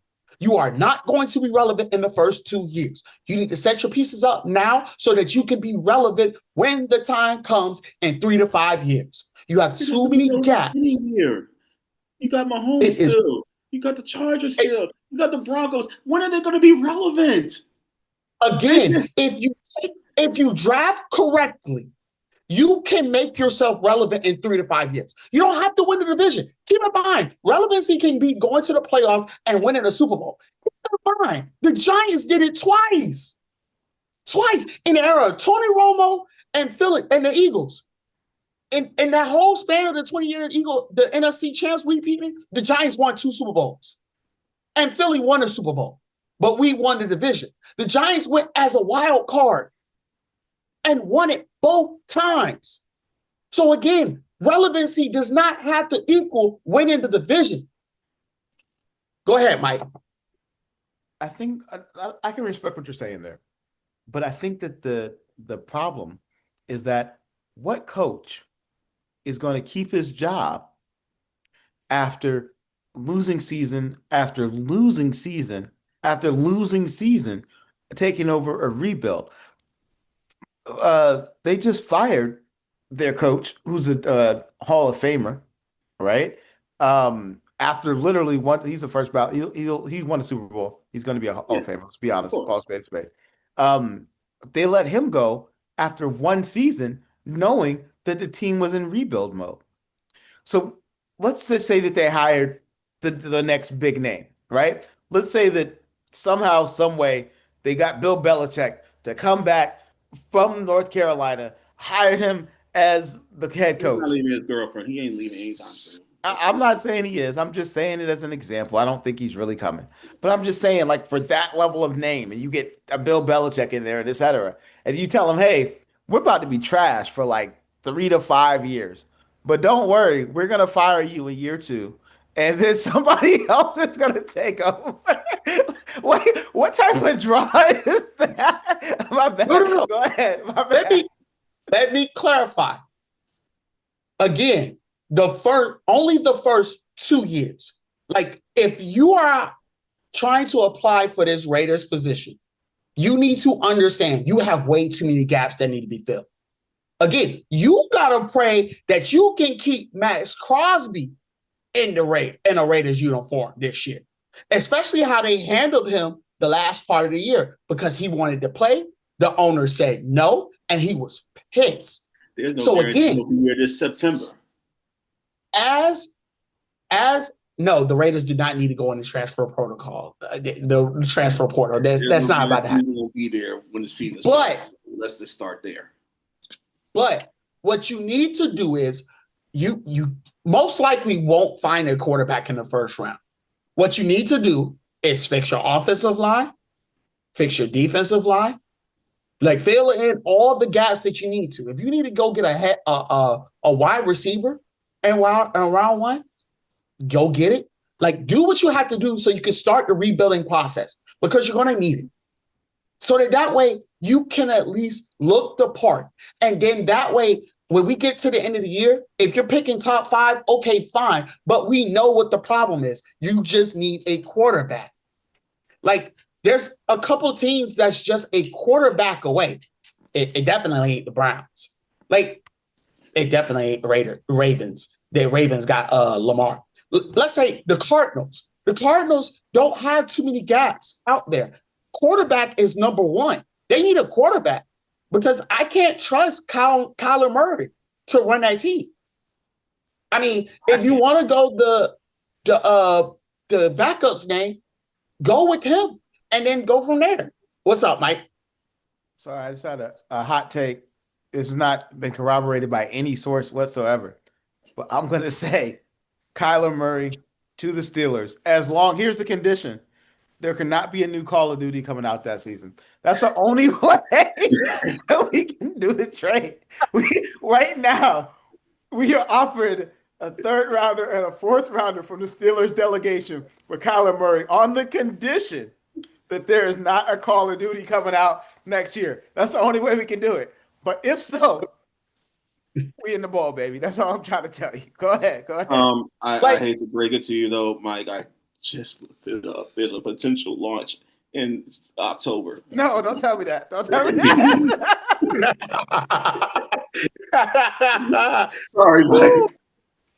Why you gotta pop my bubble, man? I know it's because you're a Bama fan. I got it. No, I like Kyler Murray's style of play as a QB. I just think he had a bad deal in Arizona, and I think the Steelers would be a good fit for them. I mean, 3 small running backs could work wonders. Yes, I consider Kyler Murray still a bit of a running back as a quarterback, but nonetheless, I think it would help them. But yeah, Call of Duty is potentially going to have a late 26 launch, so just be mindful.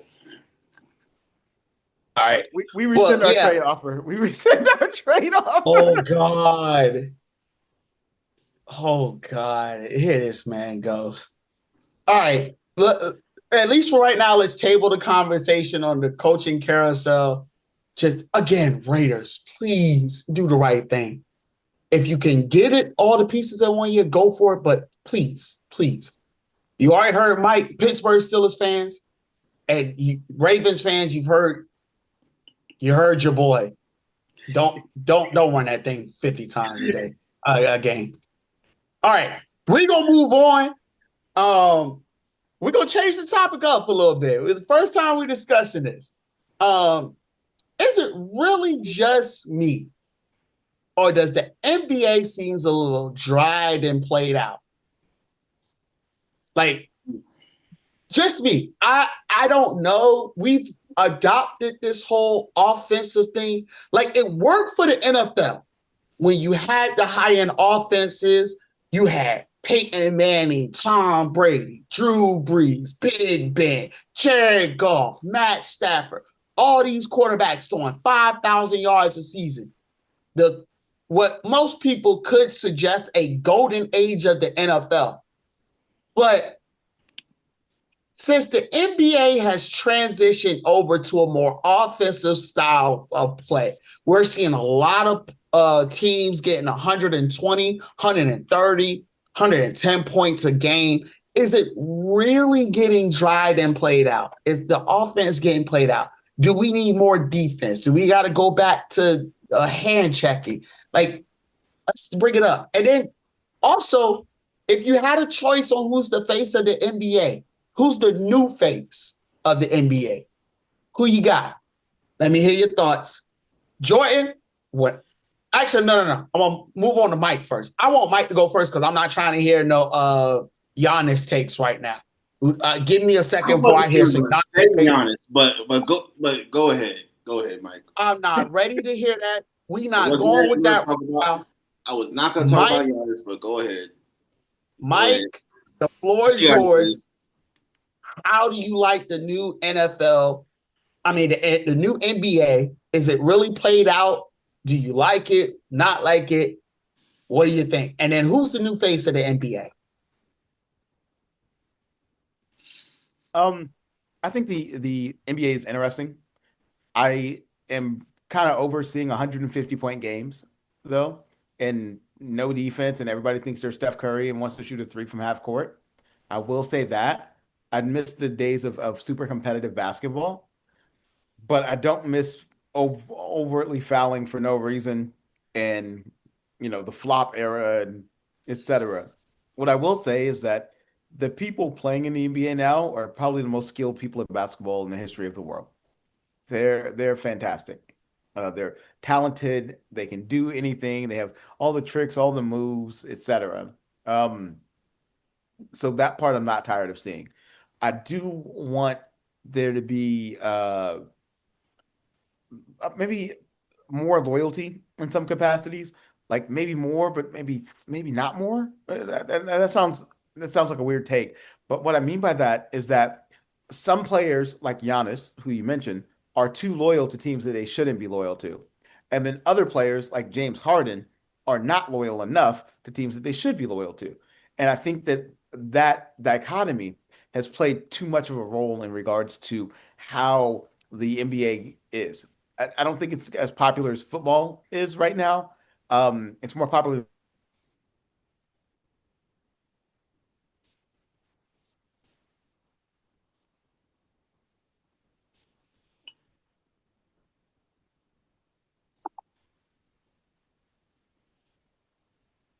All right, we're holding out for Mike.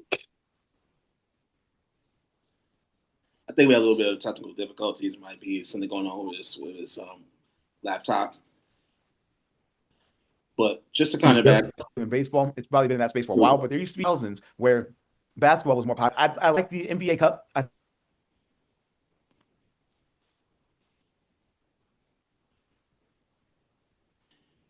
Oh, looks like it's back out.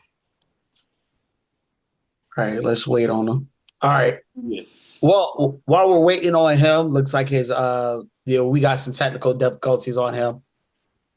I guess we gotta wait on Jordan then. Jordan, wait, there he is. There he is. Okay. We're sorry about that, ladies and gentlemen. All right. Sorry about that. I was giving my take and apparently my internet acted up out of nowhere. Can you guys hear me now? Yes. Yeah, we can hear you now. Go ahead. Okay. So what I was saying, I said quite a few things and you didn't hear any of that. So let's just go through it like you didn't hear any of it. What I was saying is that the years of the NBA being defensive oriented have stopped. I do miss the old NBA in that capacity. I don't miss the hard fouls. I think they were unnecessary, and people could get hurt, and I don't want anybody to get hurt. But I do miss the defense being what won the game. I'm tired of seeing 150-point games. Everybody thinking that they're Steph Curry and needs to shoot from the logo in order to be relevant. It's kind of like the whole thing with the NFL now, where people go for it on fourth down instead of kicking a field goal. it's the same idea there that people are overtly aggressive in regards to trying to make a splash play or make a reel or be famous, that they're diminishing their opportunity to be successful. I also think that some players are way too loyal and other players are super unloyal. The example that we gave there was like Giannis is way too loyal, and then people like James Harden or Kevin Durant are really unloyal. And I think that dichotomy is really diminishing the opportunities of the NBA. But what I do think is that right now in the NBA, they have the most talented players that have ever played in the history of the world. They're the most talented. They can do all the moves. They have all the skills. They're pretty fantastic there in general. As far as face of the NBA is concerned, to me, it comes down to two people, SGA and Luka Doncic. I think those are by far the faces of the NBA. There's a lot of people that could have a claim to it, right? Anthony Edwards comes to mind, right? LeBron James is still there in year 742, right? I think he's part cyborg at this point because my man is still jumping that high. At my knees hurt just looking at him, and he's only slightly older than me. Um, but I think Luca, one is in the market for it, right? Two, he's got the skills for it. He's also European. He's just a fantastic player. He's one of the top. He's one of my favorite players in the league right now. Um, and then I think that SGA coming off of just winning the championship, the numbers he set last year, then winning the MVP last year, I think an argument can be made for both of them. So that's about what I have there on the basketball takes. I'll pass it to y'all. All right, Jordan, you're up. Remember, I ain't trying to hit all this Giannis glazing out here. You're not gonna hear that. So that's number one. Number two, what most of what Mike said, I agree with. Like the defense, I miss games that normally in 80, 90 point games were pretty good. It kept me at the edge of my seat a lot of times, and I miss those days. I know it's kind of nostalgic, but I definitely miss those days because you most times people are bored at the games because they're they're looking for something that's not there, that competitive spirit, that drive. And I think it's also because players have gotten the bigger checks now and they're just like, whatever, I'm still gonna get paid. If there was an incentive where you don't give in the effort, you don't get paid, I think there will be a bit of a change there, but that's not gonna happen.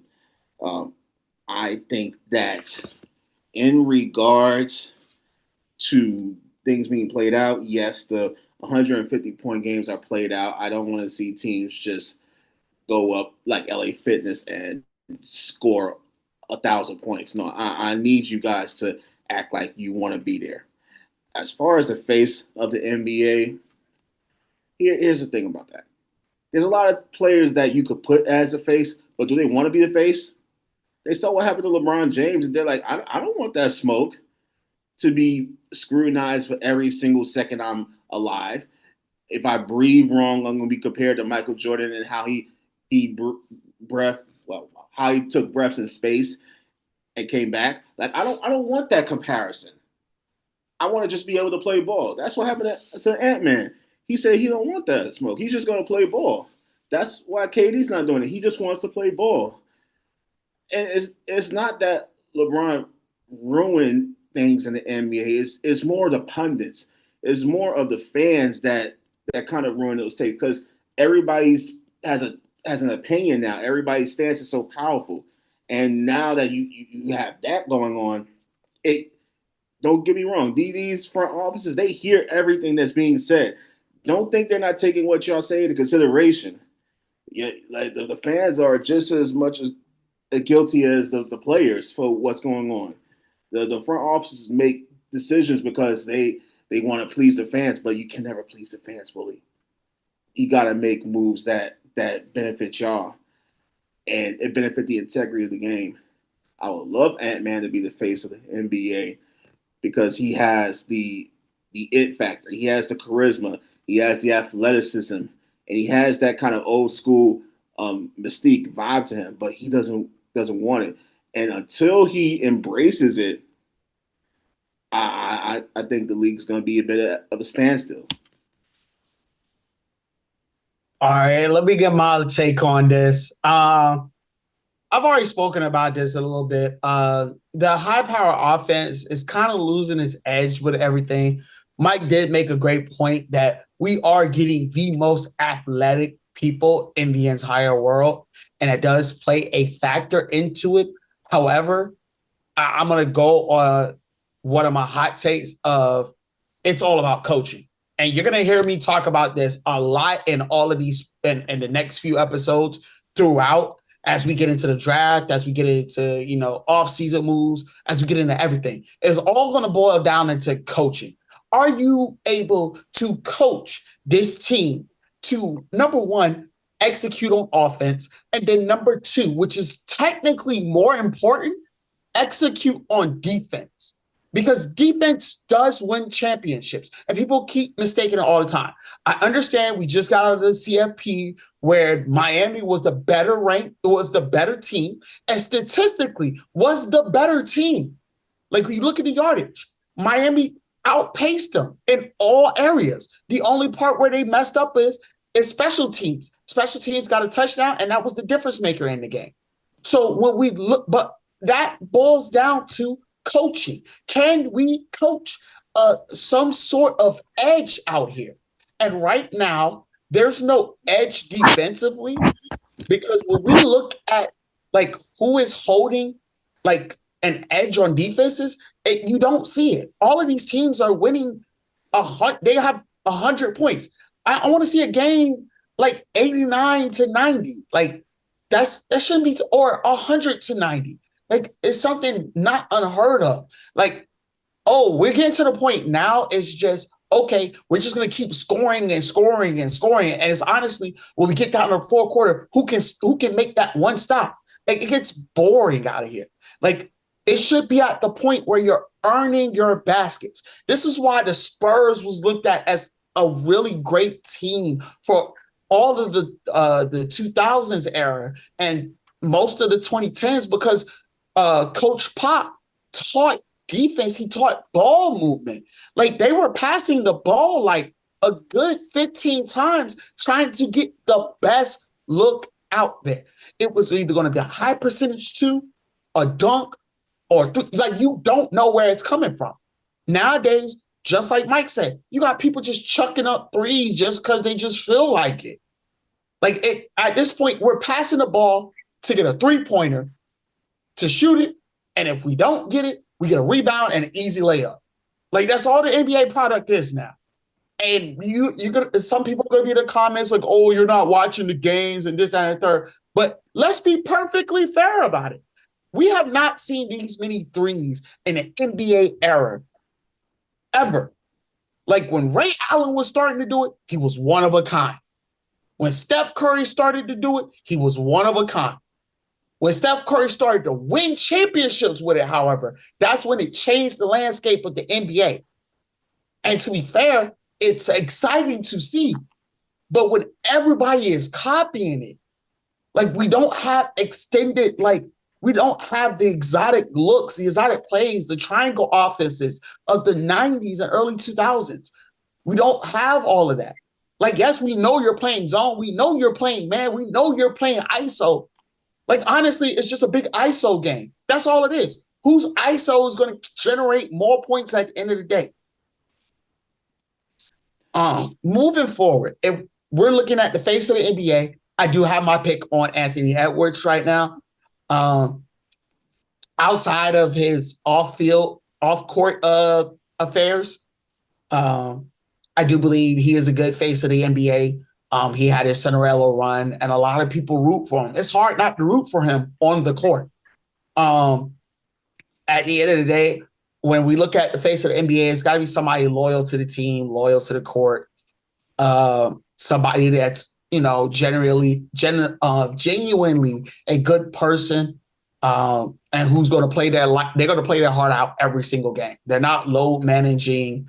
They're not, counting minutes, and that was the other thing. Speaking of load management, they did put in place, if you're not playing enough games, you don't qualify for certain awards at the end of the year. So they are kind of tackling that issue, but that was just my I got sidebarred real quick. No, it was actually, you're actually leading on to a good point where players aren't going to be able to get awards because they get injured too much, and because of the load management policies, they're not gonna. The players that, let's say SGA is supposed to get an award, but he didn't play 65 games, but yet he deserves the award. But they're not playing 65 games. The NBA is doing themselves in with these restrictions, and I wanted to say something that I think is important. It's a lot of legacies that are coming into the league now. Players that were playing back in the day, their sons, their nephews, their cousins, they're coming into the league. And while that is great, I think the grassroots, like kids from off the block, that's not happening anymore. Like the road to the NBA is getting way more difficult, and you have a lot of these players going overseas, and they never touch domestic court in their life, and it's kind of hurting that grassroots, like old school, like Rucker Park, playground ball. You're getting these players that are flashy, but they can never get into the system of the NBA. It's kind of hurting the game that we grew up to love, and I think that's something that has to change. Like, not every single legacy needs to go to the NBA. You're finding that out with the O'Neals. Although it was a medical condition that affected Shaq's son, he's finding his way in through the business style, the business industry. Every legacy doesn't need to get to the league. They're not that good. I mean, I'm just saying, they're not that good. I think the kids, let's say from New York, from kids from Chicago, those places, you may not be Derrick Rose, but you can find your way into a team, find a system. But I think the front offices need to do a better job of scouting those players, those diamonds in the rough. The G League is the best effort, or the best way to find that talent. I hope that it never goes away, because that's the only way some of these players that have been outcast will find their way into the league. All right. So we're running a little low on time, so we're gonna go ahead and move on to our weekly Mount Rushmore. This week we're going best NBA commenters of all time from any era. Of course, like as always, I'm gonna lead it off first. This one is not gonna be in all order. I'm gonna make it real quick though.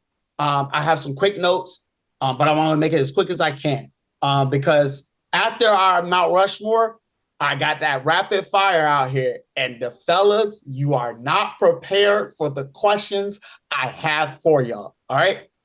So, number one, I got Marv Albert, obviously nicknamed the voice of basketball. He famed the play-by-play legend from decades of TNT and BC work. Chick Hearn, a Lakers broadcaster who popularized many basketball terms that are used in today's era. That's number two. Number three, Mike Breen, obvious pick. Since 2000, I think it was like 2000 to 2010. He's been one of the lead play-by-play NBA commenters ever. All of us know it when you hear that. You know somebody's doing something right. And last but not least, I'm going to add a woman up here because she's done amazing work. She's won a Hall of Fame media award. Doris Burke. She's done a lot of good work out there. Very well versed in basketball. Very highly respected. So definitely like to shout it out. We'll move to Jordan first, and then I'm gonna go to Mike. All right. So as far as my four, Kevin Harlan is definitely going to be one of those because of just how enthusiastic he is when he's there. The good, all those, and he's been in it for like 30 years plus, so he definitely gets up there. Uh, I gotta go with Hubie Brown as one of my favorites because his X's and O's, the way he talked about the game, I'll always respect it. I always look forward to him and Mike Tirico playing, having a duo commentating game because I knew I was going to get enthusiasm for Tirico, who was also my third um, Mount Rushmore. But Hubie Brown was always one of those commentators that knew the game, and you were always going to get a lesson. Like somebody said on Twitter, always Hubie taught me. As far as number 4, I have a tie. I mean, I gotta have Doris Burke on there because she just knows the game and she makes it very palatable for the average fan that may not know what's going on there. And number 5, or my tie, I would say Jeff Van Gundy because he always kept it real. He kept it exciting. He always had some random topic to talk about while the game was going on. Like you never knew what he was going to talk about. So, I mean, he was well versed in the game and as a coach, but commentating wise, he just kept it exciting. So, like I said, you got Kevin Harlan, Hubie Brown, Mike Tirico, Doris Burke, and Jeff Van Gundy. All right. I'm gonna, you know me, I'm always gonna come a bit left field. If we're talking Mount Rushmore, NBA commentators or basketball commentators is what I'm gonna do. Basketball commentators edition. I'm gonna do number 1 is Dick Vitale. I know that he coached, I know that his was primarily in the NCAA, but the respect that I have for Dick Vitale's play by play, how long he did it, the expertise that he had. He made it exciting. Him always saying the word baby out of nowhere. I can't even emulate the voice. This man was probably the most infamous commentator in the history of commentators for me was Dick Vitale. Number 2 for me is Stuart Scott. Stuart Scott was iconic. He was a culture changer as a commentator. He made it cool to be a commentator. For me, he was like the Allen Iverson of commentators because not only did he come up with the catchphrases, had the swag. He died way too young, right? Going to cancer, F cancer, by the way. Um, I just thought that he was so impactful that you valued the moments with him. Number 3, I'm going to go with Stephen A. Smith. As controversial as it is, and as controversial as he is, I think that his voice has been iconic. I think he's been the voice of the NBA for a long time. Yes, he probably paid to be at the top, kind of glazing LeBron for a bit there. But I will say that he has had some spot on takes. His passion for the game is felt every time. He's been the face of ESPN for years and years and years. I think he's just fantastic. Um, Next, I'm going to go with Bob Costas. When I think of the NBA, when I think of sports in general, right? Bob Costas just had that infamous voice that everybody knows, that everybody heard, that everybody values his opinion and what he has to say. Um, Huey Brown definitely comes to mind. Marv Albert definitely comes to mind for that 4th spot there. Both of them, I think, did fantastic work in that space and did it for a really long time, wherein I can definitely respect not only their acumen, but what they've done and how they've gone about it. And then you guys already mentioned Doris Burke. I think she's done fantastic. I can't diminish Doris Burke at all. I don't want to leave her off the list in any capacity. But for me, my 4 she'd probably be number 5 on my list.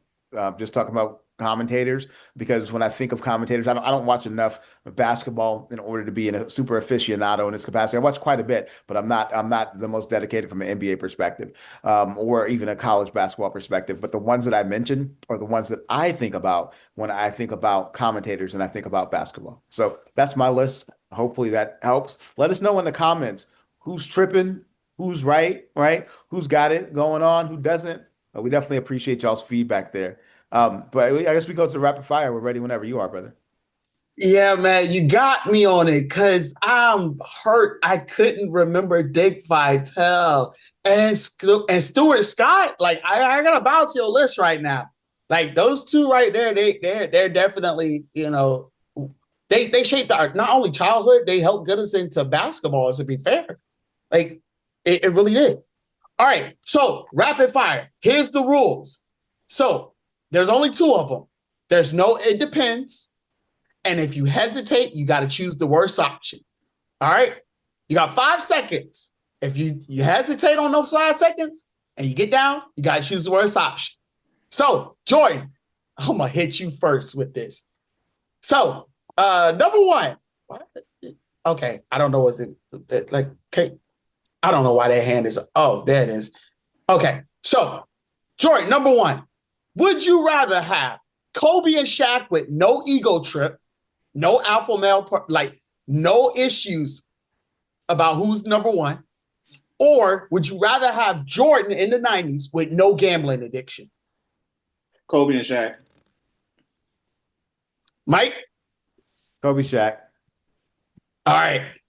Number 2, would you prefer a quarterback with huge stats and no Super Bowl win, or a quarterback with low stats with a Super Bowl win and an MVP?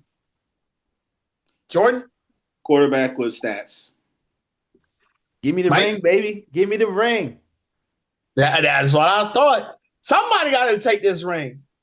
All right. Number 3. This is a wrestling question. Would you rather see Randy Orton as a heel or the Undertaker as the dead man? Randy Orton is heel. No doubt. Ooh, this was a rough one. Sorry. Give me Taker. Give me Taker. Nah, Randy Orton feels crazy. All right. So, next question. Number 4. Mike, you're going to lead us off. Would you rather win the Heisman Trophy and do not get drafted? You got choice of position, though.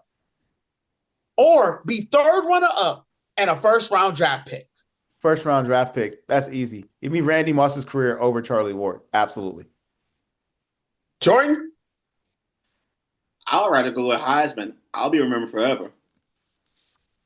I don't know. It depends. All right, next question. Jordan, lead us off. Wait, did you just say it depends? Oh, wait. I thought those were the rules. He did. He did. No, you just said that. I don't know. No. Rules don't apply for me. I'm not the one answering. You guys are the one answering. Exception. My bad. Go ahead. I'm the exception to the rule. So, Jordan, number 5. Would you rather win a championship you barely contributed to, or put up legendary stats on a team everyone clowns? Give me the A on the report without contributing. I'm gonna take the championship. Mike? So in essence, do I want to be Melvin Gordon or do I want to be Phil Simms? I'll be Phil Simms. I mean, give me legendary status. Do I want the ring? Absolutely. Do I want the ring with no contribution? Absolutely not. I don't know. I feel like I need to call Jordan out on this because you chose the quarterback with huge stats and no Super Bowl ring. But now you want to win a championship with a team you barely contributed to? I don't know about that one. All right, moving on. Those are 2 different scenarios, in my opinion. 2 very different. I guess.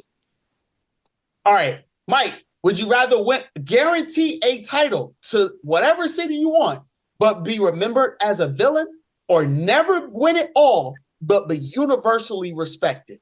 Nope. Give me the title. Give me the ring immediately. What? I don't give a damn. Title, baby. Title town. Bring it to Pittsburgh. Let's go. Let's go. Title me. Title me. W. Hey, I got you, Mike. I got you, Mike. Title me. Titles. Yeah. All right. Titles. Number 7. I would just hold this for the rest of the match just to kind of get with Mike on this. Appreciate this title, Mike. All right. Number 7. Would you rather be a dirty player who wins or a clean player who never gets past the 2nd round?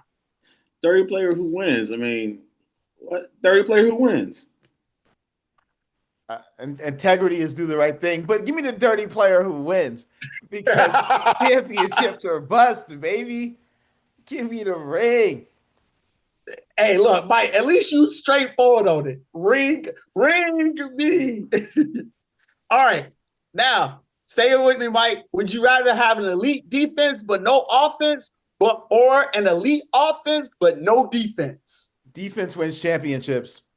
100%. Look, we've just seen that like recently where we had all the offense and no defense. It was called the Cowboys in 2025. So no, absolutely not. I'd rather have the elite offense with no defense because the defense will come through on one play. All the defense do is get one stop, and that's up to chance. All right. Would you rather lose the big game on a controversial call or lose because your team got blown out? Blowout. Team got blown out. I do not want to be the Seattle team that didn't run the ball at the 1 yard line. I never want to be that. Agreed. Yep. I'll take the blowout every time. Because if I lose on controversy, if I lose the way that the Bills just lost, and it's for the Super Bowl, which they ain't going to, but for the Super Bowl, nah, bro. Somebody probably getting shot. So let me lose by 100 points. It's all right. I shouldn't have been there in the first place. It's cool. All right. Two more. Would you rather win a title that everyone knows has an asterisk or lose honestly and spend your life saying we should have won that championship?